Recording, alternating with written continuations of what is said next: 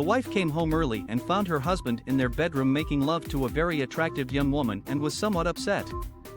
"You are a disrespectful pig," she cried. "How dare you do this to me, a faithful wife, the mother of your children? I'm leaving you. I want a divorce." And the husband replied, "Hang on just a minute, love, so at least I can tell you what happened." "Fine, go ahead," she sobbed, "but they'll be the last words you'll say to me."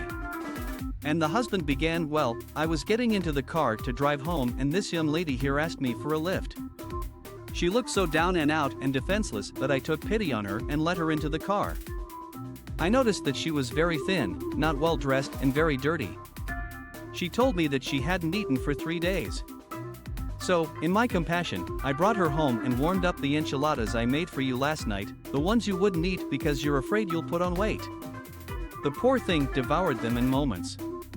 Since she needed a good cleanup, I suggested a shower, and while she was doing that I noticed her clothes were dirty and full of holes, so I threw them away.